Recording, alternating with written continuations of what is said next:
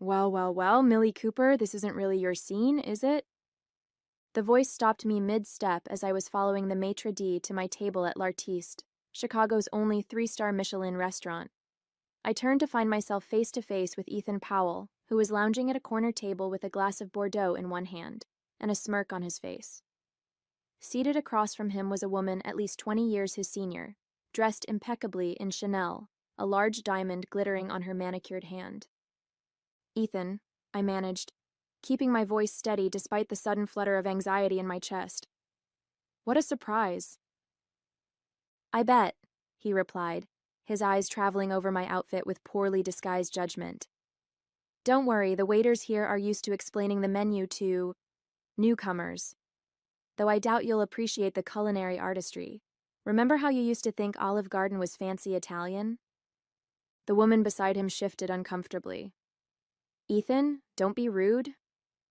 Just catching up with an old friend, Vivian, he told her, patting her hand dismissively. Millie and I go way back. We dated in college before I upgraded my standards. I'm Millie Cooper, 30 years old, and until this moment, I'd been looking forward to a quiet business dinner at L'Artiste. I'd spent the afternoon finalizing details for a new product line with my team and wanted to celebrate the successful partnership that had doubled our company's revenue in the past year. What I hadn't wanted was to run into the man who'd shattered my heart 7 years ago, especially not while he was clearly playing boy toy to a wealthy older woman. Madam, your table is ready whenever you are, the maitre d' murmured discreetly beside me. Ethan raised an eyebrow. You're dining alone? Bold choice for someone who used to be too intimidated to order coffee without me there to help. Actually, I began, but he cut me off. Let me guess, you're here to network. Still trying to break into the food industry with that little blog of yours? His laugh was sharp-edged, designed to wound. Some advice from an old friend. Places like this are for people who've actually made it, not aspirational tourists. The woman, Vivian, looked mortified now. Ethan, that's enough. But the damage was done.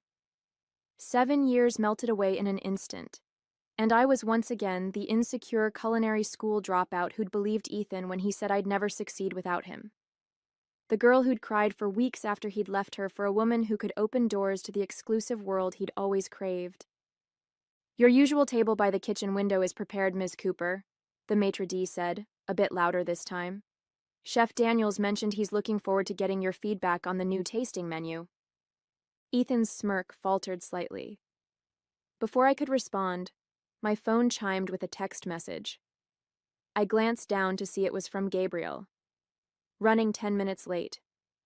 Order the Krug Grande Cuvée for us, and don't let anyone steal my wife before I get there. As I looked back up, I caught Ethan staring at my left hand, where a platinum wedding band now sat. His expression shifted into something calculating, and I realized with a sinking feeling that our unexpected reunion was just beginning. Ethan and I met during my second year at the Culinary Institute in New York. He was charismatic, ambitious, and seemed genuinely interested in my dream of creating accessible gourmet food products. We'd bonded over shared childhood experiences, both raised in working-class families in Michigan, both determined to escape our modest beginnings. When I received the devastating news that my mother had been diagnosed with stage 3 cancer, Ethan had been supportive, at least initially. I withdrew from school to care for her in our small hometown of Lansing, managing her medical appointments while working 2 jobs to help with the mounting bills. Ethan stayed in New York, promising to visit when he could, but those visits grew increasingly infrequent as months passed. Long distance is hard, he'd say during our late-night phone calls. But we'll make it work. You'll come back to New York once your mom is better, and we'll pick up where we left off.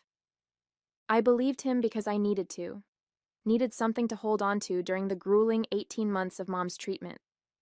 During that time, I started a food blog as a creative outlet, developing recipes that were both nutritious and appealing to someone undergoing chemotherapy. To my surprise, the blog gained a following among other caregivers and cancer patients. After Mom went into remission, I planned my return to New York, excited to reunite with Ethan and resume my culinary education. That's when everything fell apart. I've met someone, he told me over the phone, his voice casual, as if he were commenting on the weather. Her name is Veronica. She's on the board of the James Beard Foundation. You're leaving me? I'd managed to ask through the shock. Let's be realistic, Mill. You've been away for almost 2 years. Your career is basically at a standstill, while I've made connections with people who actually matter in this industry. When I pointed out that I could return to school, that my blog was gaining traction, he'd scoffed. A little home cooking blog isn't going to open doors. Veronica has already introduced me to 3 Michelin-starred chefs. That's the kind of connection that makes a career. I'd hung up, devastated but determined not to let him see me crumble. 2 days later, I saw social media photos of Ethan at a gala, his arm around a sophisticated woman in her early 50s. Despite the heartbreak, I channeled my energy into building something meaningful. Mom's improved health allowed me to move to Chicago, where I leveraged my blog's following to launch a line of meal kits designed for cancer patients. It was modest at first, a small commercial kitchen, direct-to-consumer sales, tiny profit margins. What I didn't know then was that Ethan was tracking my progress. Occasional likes on business posts, mutual connections mentioning him asking about me. At the time, I interpreted it as friendly interest, perhaps even regret. I never suspected he was monitoring my career with growing resentment, watching as the little home cooking blog evolved into something that would eventually eclipse his own achievements. Looking back, there were signs I missed. Subtle digs wrapped in congratulatory messages, backhanded compliments when we occasionally crossed paths at industry events. Impressive for someone who didn't finish culinary school, he'd say. Or, nice niche market you found, smart to stay in your lane. 4 years after our breakup, my company, Nourish by Millie, had expanded beyond meal kits to include a line of specialty sauces and spice blends. We'd just been featured in Food and Wine magazine when I received an email from Ethan with the subject line, "Congratulations, potential collaboration." It seemed professional, friendly even. He explained that he was now the executive chef at Veronica's newly opened bistro in Manhattan and proposed carrying my products in their retail section. Your story would resonate with our clientele, he wrote. Plus, it would be great to reconnect after all this time. Against my better judgment, I agreed to meet him during my next trip to New York. The bistro was elegant without being pretentious, and seeing Ethan in his chef whites, confidently directing his kitchen staff, I felt a twinge of what might have been nostalgia. You've done well for yourself, he said, giving me a tour of the restaurant. Small scale, of course, but impressive considering where you started. I bit back a retort about the condescension in small scale, and instead focused on the business opportunity. My products would gain exposure in a new market, and the profit margins looked promising. Over lunch, Ethan reminisced about our time together, carefully editing history to cast himself in a more favorable light. I always knew you had potential, he insisted. Sometimes people need space to grow in different directions. By dessert, he'd proposed an exclusive partnership. My products would be available only at his bistro in the New York market for 1 year, with potential to expand to Veronica's other restaurants if sales were strong. Speaking of Veronica, I ventured, will she be involved in this decision? Ethan's expression tightened momentarily. Veronica and I have transitioned to a purely professional relationship. She's more of a mentor now. I later learned from an industry contact that Veronica had ended their romantic relationship over a year earlier, but continued to support his career. Apparently, she'd tired of his youthful arrogance, as my contact delicately phrased it. We finalized the partnership details over the next few weeks. I was cautiously optimistic about this professional reconciliation, even allowing myself to wonder if Ethan had genuinely matured. The contract was set to begin the following month, with an initial order large enough to justify expanding my production capacity. 3 days before the launch, I received a terse email. Need to postpone the partnership indefinitely. Unforeseen circumstances. Will be in touch. Confused and concerned, I called Ethan repeatedly. No answer. I reached out to his sous chef, who reluctantly revealed that Ethan had left the bistro and New York abruptly. Apparently, he'd accepted a position at an upscale resort in Aspen, working for another wealthy older woman who'd been impressed by both his culinary skills and his charm. The expanded production capacity I'd invested in now threatened to bankrupt my company. Thousands of dollars in specialty packaging with exclusively for Veronica's Bistro labels sat in my warehouse, unusable. 3 new employees hired specifically for the increased production faced potential layoffs. When I finally reached Ethan a week later, his response was breathtakingly callous. Business opportunities change. You should know that better than anyone. Maybe this is a sign you should stick to your little blog and meal kits. Not everyone is cut out for the big leagues. I sat in my office that evening, surrounded by invoices for equipment I couldn't afford and payroll obligations I couldn't meet, realizing that Ethan hadn't changed at all. He was still the same selfish opportunist, willing to step on anyone, including me, especially me, to advance his own interests. For the first time since our breakup, I allowed myself to cry over Ethan Powell, not for love lost, but for my own foolishness in trusting him again. When the tears dried, they were replaced by a cold, clear determination. I would save my company, my employees' jobs, and my reputation, and I would never allow Ethan to impact my life again. What I didn't realize then was that our paths were destined to cross once more, under circumstances neither of us could have predicted. The collapse of the partnership with Ethan nearly destroyed everything I'd built. I had 2 weeks of operating capital left, thousands in debt, and a warehouse full of unusable product. In desperation, I reached out to every contact in my network, searching for alternative distribution channels. Most responses were sympathetic but unhelpful, until I received a call from Maya Jensen, a former blog subscriber who now worked in product development for Whole Harvest, a national grocery chain known for featuring artisanal brands. "I've been following your company since the blog days," Maya said. "Send me samples of everything you've got, including the bistro line. I think there's a fit with our premium stores." It was a lifeline, but barely. Even if Whole Harvest picked up my products, the timeline for onboarding new vendors typically took months. I needed a solution in weeks. I made the difficult decision to be transparent with my team. "I've failed you," I admitted during our emergency meeting. "I let a personal connection cloud my business judgment, and now our company is at risk." To my surprise, instead of anger or resignation, I was met with determination. My small team rallied, proposing cost-cutting measures and alternative revenue streams. Clara, our marketing manager, suggested a direct-to-consumer campaign leveraging my personal story, including Ethan's betrayal. "People connect with authenticity," she insisted. "A Save Nourish campaign could generate immediate cash flow while we secure long-term distribution." It felt uncomfortably vulnerable, but I agreed.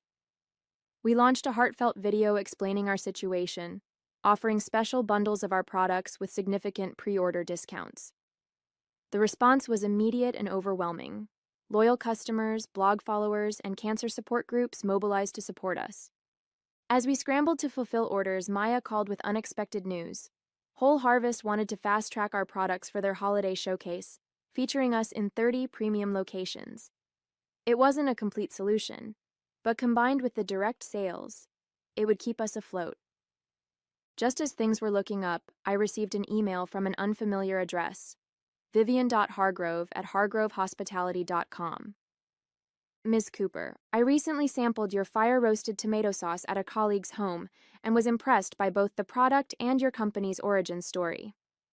Hargrove Hospitality is expanding our boutique hotel restaurants to feature more artisanal products with meaningful narratives. I believe your line would be an excellent fit for our Chicago location's new concept. If you're interested in discussing a potential partnership, I'm available to meet next week. Regards, Vivian Hargrove, CEO, Hargrove Hospitality Group." The name sounded vaguely familiar, but I couldn't place it. A quick Google search revealed Vivian Hargrove was a respected figure in luxury hospitality, with a portfolio of high-end hotels and restaurants across the Midwest. This could be the game-changing opportunity we needed. We met the following Wednesday at her office overlooking Michigan Avenue. Vivian was gracious, sophisticated, and impressively knowledgeable about both my products and my company's history. "I've followed your journey with interest," she said. "Your resilience is admirable." The meeting went exceptionally well. Vivian proposed featuring my complete product line at the Artisan, her flagship hotel restaurant in Chicago, with potential expansion to all Hargrove properties if the initial launch was successful. "We're preparing to relaunch the Artisan with a new concept and new executive chef," she explained. "Your products align perfectly with our vision." The terms she offered were fair, the timeline aggressive but manageable. It seemed almost too good to be true, until we were finalizing details and Vivian casually mentioned her executive chef. "He's quite talented, though sometimes his ego exceeds his abilities," she said with a slight smile. "You might know him, Ethan Powell. He mentioned you were acquaintances from culinary school." My blood ran cold. "Ethan is your executive chef?" "For now," she replied cryptically. "Is that a problem?" I hesitated, weighing the opportunity against the prospect of working with Ethan again. "We do have history," I admitted. "Not entirely positive." Vivian studied me thoughtfully. "I suspected as much from his reaction when I mentioned considering your products. Perhaps you could elaborate?" I gave her a condensed version of our past, including the failed partnership. To my surprise, she didn't seem shocked. "This confirms some concerns I've had about Ethan's professional judgment," she said carefully. "Nevertheless, I see potential in your products that stands independent of any personal complications." We proceeded with the agreement, and I left feeling cautiously optimistic. That evening, I received a text from an unknown number. "Congratulations on your deal with Vivian. Small world, isn't it? Looking forward to working together again. We should meet to discuss menu integration. Dinner tomorrow? Ethan." The message's smug tone made it clear. Ethan believed he had the upper hand in this situation, that somehow, despite his previous betrayal, I would be forced to accommodate him to secure this crucial partnership. What he didn't know was that I was no longer the same woman who had trusted him, twice, and paid the price. This time, I would be prepared. I agreed to meet Ethan at a casual bistro, neutral territory where we could discuss the partnership professionally. When I arrived, he was already seated, his expression smug as he watched me approach. "Millie," he greeted me, rising slightly. "You're looking, well..." The hesitation was deliberate, a subtle critique of my simple black dress and minimal makeup. I refused to take the bait. "Thanks for meeting me," I replied, keeping my tone businesslike. "I think it's important we establish clear parameters for this collaboration." Ethan signaled the waiter for another glass of wine. "Always so serious. Relax, Mill. This is a good thing for both of us. Your little sauces get the prestige of a Hargrove restaurant, and I get to help an old friend." "Help?" I raised an eyebrow. Interesting choice of word considering our history. He had the decency to look slightly abashed. Ancient history. We've both moved on clearly. His eyes flicked to my wedding ring. "Who's the lucky guy anyway?" "That's not relevant to our business discussion," I deflected. "Let's focus on how we'll integrate my products into your menu." "Fair enough," he conceded. "Though I should clarify, it's my menu. I'll decide which of your products to feature and how they'll be used." The next hour was an exercise in restraint, as Ethan outlined his vision, which essentially involved using my products as minor components in dishes that would primarily showcase his culinary techniques. "Your tomato sauce has potential as a base for my signature seafood cioppino," he explained condescendingly, "with proper enhancement, of course." "The sauce is designed to stand on its own," I pointed out. "Altering it significantly defeats the purpose of the partnership." Ethan's smile tightened. "Millie, this is a 3-star restaurant, not a home kitchen. Everything needs refinement to meet our standards." By the end of dinner, it was clear Ethan intended to minimize my product's presence while leveraging the partnership for his own reputation. As we were preparing to leave, he delivered his final blow. One more thing, Vivian suggested we do some joint media appearances to promote the launch. Given your limited experience with high-end press, I'd be happy to take the lead. I appreciate the offer, I replied carefully, but I've done quite a bit of media for my brand already. Blog interviews and local morning shows aren't quite the same as the national platforms Vivian has lined up, he countered. Trust me on this, Mill. I know what appeals to the luxury market. I managed to maintain my composure until I was safely in my car, then let out a frustrated groan. Ethan wasn't just planning to undermine my products. He was positioning himself to take credit for their success and potentially damage my brand's reputation in the process. When I arrived home, I found Gabriel in our kitchen, testing recipes for his new seasonal menu. The sight of him, focused, creative, passionate without being pretentious, was a striking contrast to the evening I'd just endured. "How was it?" he asked, looking up from his notes. "Exactly as expected," I sighed. Ethan is still Ethan. Gabriel wiped his hands on a towel and pulled me into a hug. "I'm sorry, love. What's your next move?" Before I could answer, my phone chimed with an email from Vivian Hargrove. "Millie, I hope your meeting with Ethan was productive. Before we proceed further, I'd like to discuss some confidential concerns regarding the executive chef position at the Artisan. Are you available for breakfast tomorrow? Regards, Vivian." "That's unexpected," I murmured, showing Gabriel the message. "Maybe not entirely," he replied thoughtfully. "Vivian Hargrove has a reputation for recognizing talent and eliminating problems. The question is which category she's placed you in, and which one Ethan occupies." The next morning, I met Vivian at her penthouse apartment. Over gourmet coffee and freshly baked croissants, she revealed the true nature of her interest in my company. "I'll be direct, Millie. I'm considering significant changes at the Artisan, including the executive chef position." I blinked in surprise. "You're firing Ethan?" "Let's say I'm reevaluating our arrangement," she replied carefully. "Ethan has technical skill, but he lacks something essential: the genuine passion and integrity I value in my culinary partners." She paused, studying me intently. "What I'm about to propose may seem unusual, but I've done my research. Your culinary background, combined with your product development expertise and compelling personal story, makes you an ideal candidate to help reshape the Artisan's identity." "You're offering me Ethan's job?" I asked incredulously. "Not exactly," Vivian clarified. "I'm offering you something more significant, a partnership. Your product line featured exclusively at the Artisan, with you serving as culinary director, developing the menu concept, training the kitchen staff on your techniques, and becoming the public face of our rebranded restaurant." The proposition was stunning, a complete reversal of the power dynamic Ethan had established. But it also presented an ethical dilemma. Despite everything, deliberately taking Ethan's position felt uncomfortably like the vindictive behavior he'd exhibited toward me.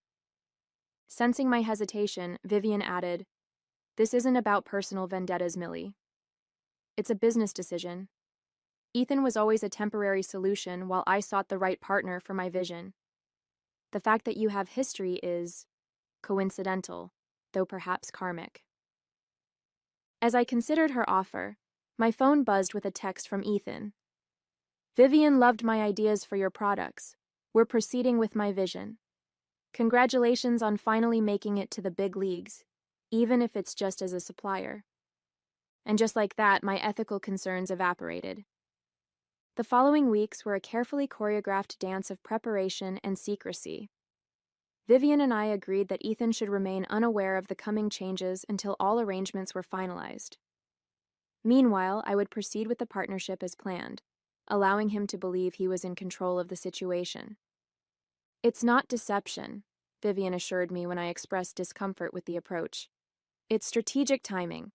Ethan's contract includes a performance review clause that gives me complete discretion regarding his continued employment." I threw myself into developing a comprehensive concept for the Artisan's reinvention.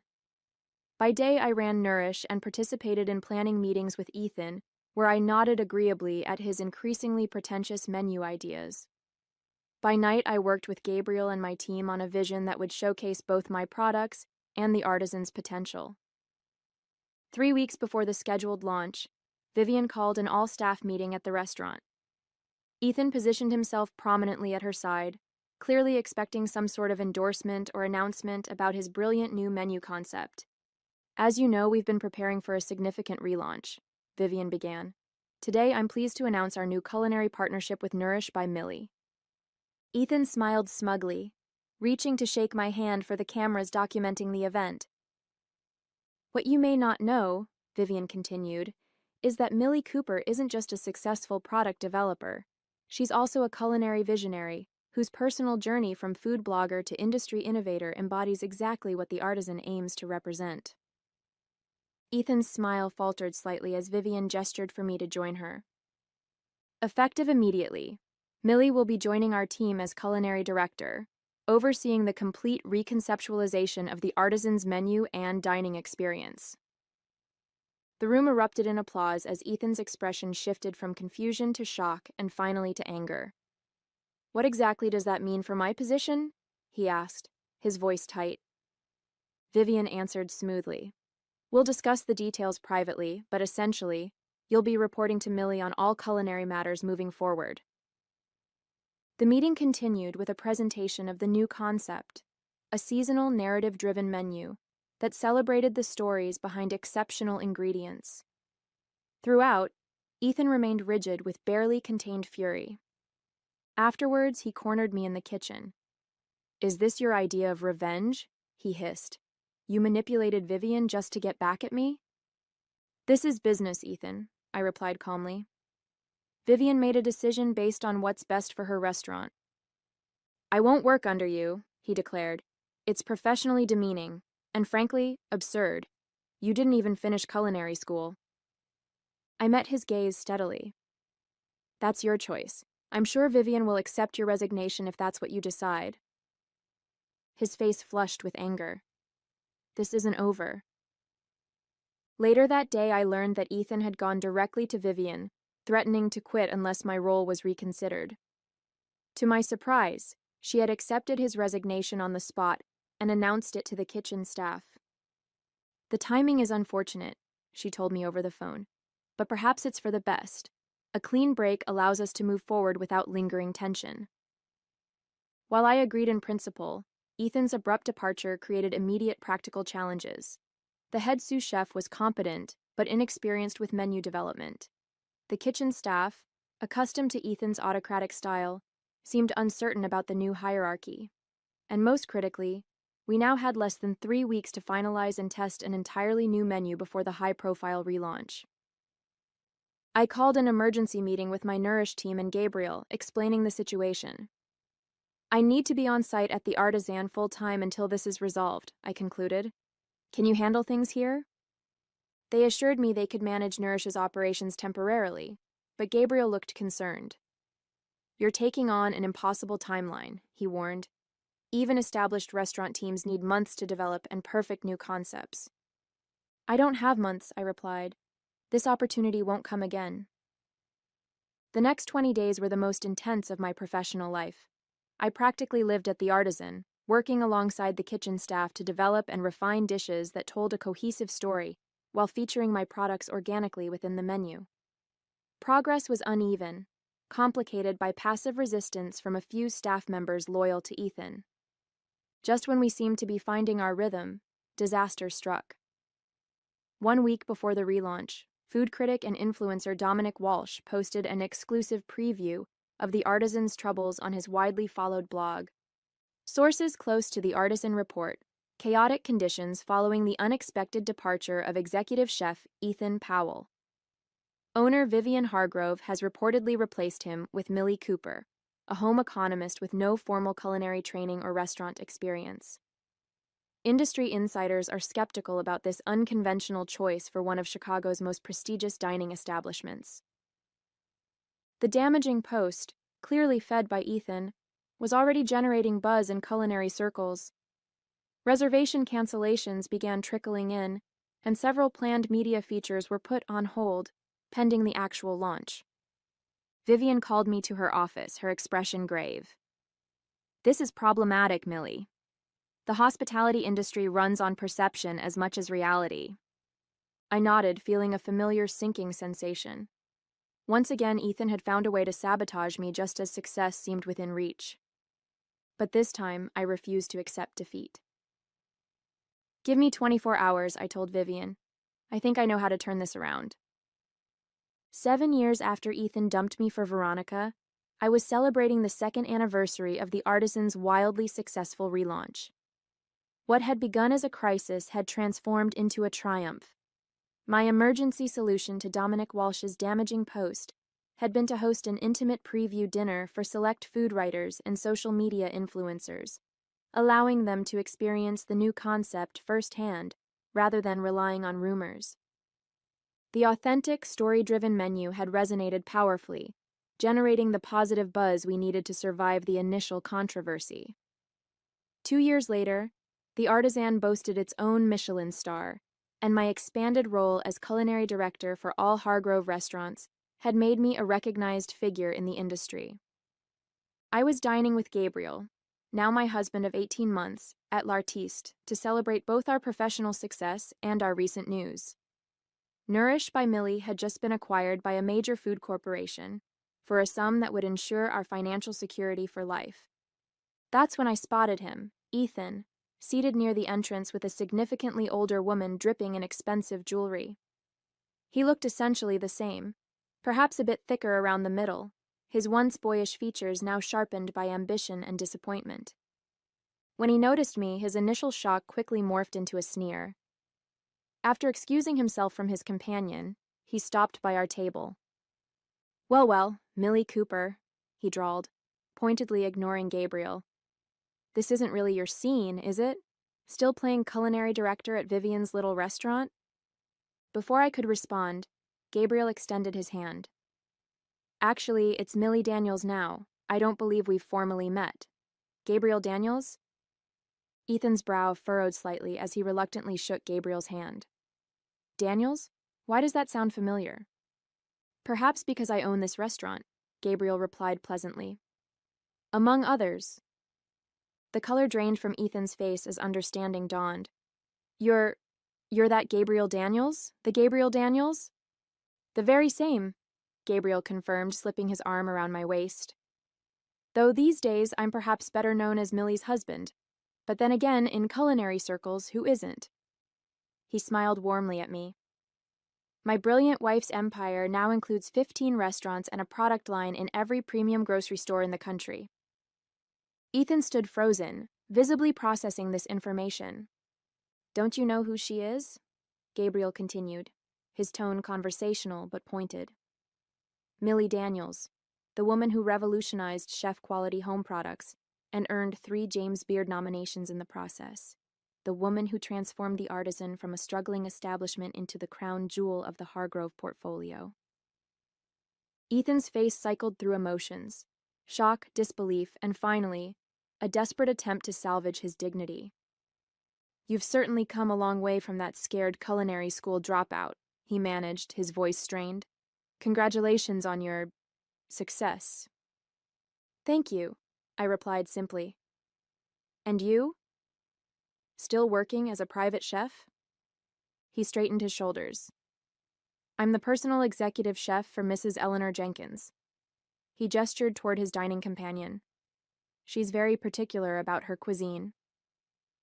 I'm sure she is, Gabriel said, his tone pleasant but eyes evaluating. Eleanor Jenkins. Wasn't she on the board of that art foundation that had the embezzlement scandal last year? Ethan's smile faltered. She was cleared of all involvement. Of course, Gabriel nodded. Her husband wasn't so fortunate as I recall. The woman at Ethan's table was now watching our interaction with obvious impatience. She tapped her watch pointedly when Ethan glanced her way. I should get back, he muttered. Eleanor doesn't like to be kept waiting. As he turned to leave, I couldn't resist one final observation. You know, Ethan, you once told me I'd never succeed without you, that I needed to attach myself to someone influential to open doors. It's interesting how life turns out, isn't it? He paused, his back stiffening. We all make our choices. Yes, I agreed. And I chose to build something on my own terms. After he retreated to his table, Gabriel raised his champagne glass. To choices, he toasted, and to the most remarkable woman I've ever pursued, who made me work for a full year just to get a first date. I clinked my glass against his. Best decision I ever made. As we enjoyed our meal, I occasionally caught glimpses of Ethan stealing glances our way, watching as industry leaders stopped by our table to pay respects, as the head chef emerged from the kitchen to personally discuss his newest creations with us, as Gabriel and I laughed and celebrated our shared success. The contrast couldn't have been more stark. Ethan, dependent on the whims and wealth of an aging socialite, versus the life I'd built through determination, integrity, and genuine talent. Later that evening, as Gabriel and I were leaving, the maitre d' handed me an envelope. "From the gentleman with Mrs. Jenkins," he explained discreetly. Inside was a business card with a hastily scrawled note. "We should catch up properly sometime. I've got some culinary concepts that might interest you. Ethan." I slipped the card into the donation box by the door, already focusing on tomorrow's plans and possibilities. The past had no hold on me anymore. I was too busy looking forward to my next chapter.